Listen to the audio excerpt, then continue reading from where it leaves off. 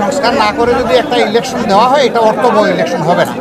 এই জন্য তাদেরকে যৌক্তিক সময়টা আমরা দিতে চাই, কিন্তু এটা আবার দীর্ঘ হোক সেটা আমরা চাই না। আমরা চাই যে এই সরকারের হাতেই সব জঞ্জাল পরিষ্কার হয়ে যায়। যা দরকার, যতটুকু দরকার, ইসলামী শাসন কায়েম হলেই মানুষ এই দেশের বসবাস করে গর্ববোধ করবে ইনশাআল্লাহ। সকল শ্রেণী পেশা এবং ধর্মবর্ণ। ষড়যন্ত্র হয়তো বা থামবে না, কিন্তু ষড়যন্ত্র যে দিক থেকে আসুক, ষড়যন্ত্রকারীদের এটা মনে করতে হবে যে দেশের মানুষ এখন কিন্তু ঘুমিয়ে নেই, এখন জাগিয়ে আছে। নির্বাচন নিয়ে আমরা এই মুহূর্তেই কোনো তারিখ হিসাব করছি না, কারণ এই সরকারের এখনও 1 মাস হয়নি। তারা 1টা মাস পার করুক, আমরা একটু দেখি তারা কি করেন। আমরা যে সমস্ত পরামর্শ দিয়েছি সবাই মিলে, বিভিন্ন দল মিলে, সেটা তারা কতটুকু বাস্তবায়ন করে, প্রত্যাশার আলোকে কতটুকু চলে। তবে এটা বুঝতে পারছেন যে 15.5 বছরের সবগুলো সাংবিধানিক প্রতিষ্ঠান ধ্বংস হয়ে গেছে এবং জায়গায় জায়গায় অনেক সমস্যা সৃষ্টি হয়ে আছে। এর সংস্কার লাগবেই। এই সংস্কার না করে যদি একটা ইলেকশন দেওয়া হয়, এটা অর্থবহ ইলেকশন হবে না।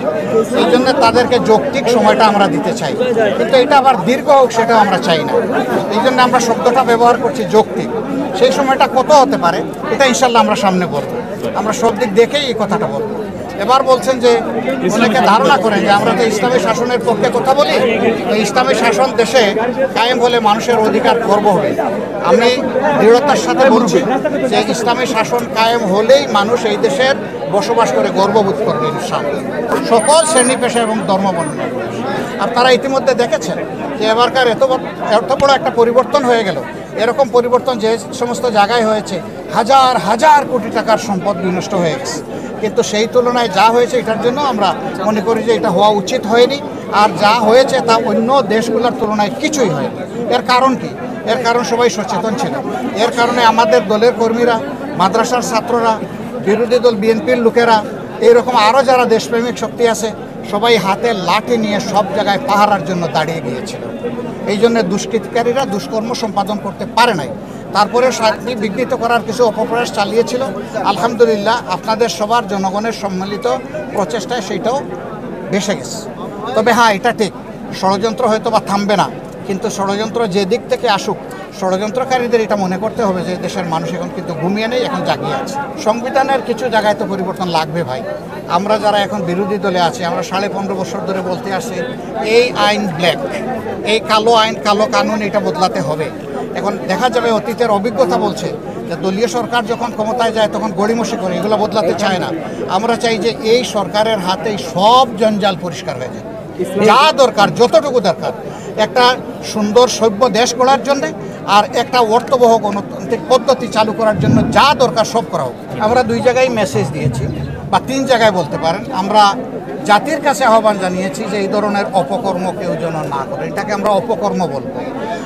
10 জন দোষীর সাথে একজন নির্দোষ মানুষকেও যদি ইচ্ছাকৃতভাবে হ্যারাস করার জন্য আসামি করা হয়, পুরাটাই দোষী।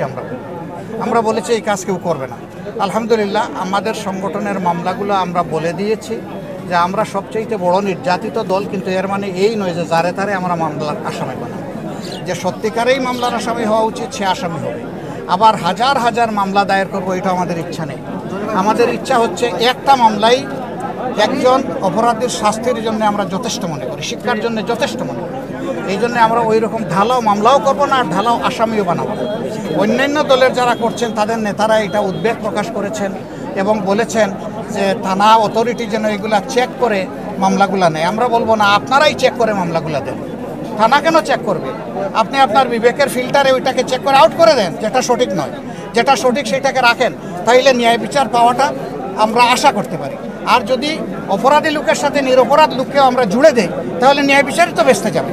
ওই নিরপরাধ লোকটাই যখন বলবে যে আমি সৌদি আরবে ছিলাম, অথবা আমার বাবা কবরে আছে, তাকে আসামি বানানো হয়েছে, এরকম যখন ধরা পড়বে, গোটা মামলাই কিন্তু ফার্সিক্যাল মামলা হয়ে যাবে। আমরা ওইটা চাই না। তাদের নেতৃত্ব পরিবর্তন করলে শুধু হবে না, তাদের চিন্তাধারার পরিবর্তন আসতে হবে, তাদের আচরণের পরিবর্তন আসতে হবে।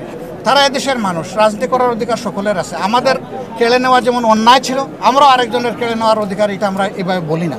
তবে হ্যাঁ, বহু দেশে আছে গণহত্যা যারা সংগঠন করে এবং প্রমাণিত সত্য, চোখের সামনে চাক্ষুষ সত্য, তাদের বহু দলকে বহু দেশে একদম নিষিদ্ধ করে দেওয়া হয়েছে। সেটা সময়ের পরিক্রমায় দেখা যাবে, এটা আজকেই বললে হবে না। আর আমাদেরকে যেটা করা হয়েছিল সেটা স্রেফ গ্রাজমূলক ছিল। এটা সবাই বুঝেছেন, আপনারাও বুঝেছেন, কেউ বুঝে নাই এমন নাই। যারা করেছেন তারাও বুঝেছেন। 14 দল বসে আমাদেরকে নিষিদ্ধ করবে, আপনি বলেন এটা কোথাও আছেই নেই। এই এখতিয়ার কেউ দিয়েছে তাদেরকে? আমি বলতে পারবো যে আজকে জাসদ নিষিদ্ধ, এই বলার অধিকার আমার আছে? এটা একটা রাষ্ট্রীয় ব্যবস্থাপনার ভিতর দিয়ে যায় অথবা আইনি কাঠামোর ভিতর দিয়ে যায়। তারা কোনো কিছুরই পরোয়া করেন না। আসলে ওই সময় দরকার ছিল ছাত্রদের গণ আন্দোলনকে দমন করার জন্য অথবা অন্যদিকে এটার মোড় ঘুরিয়ে দেওয়ার জন্য।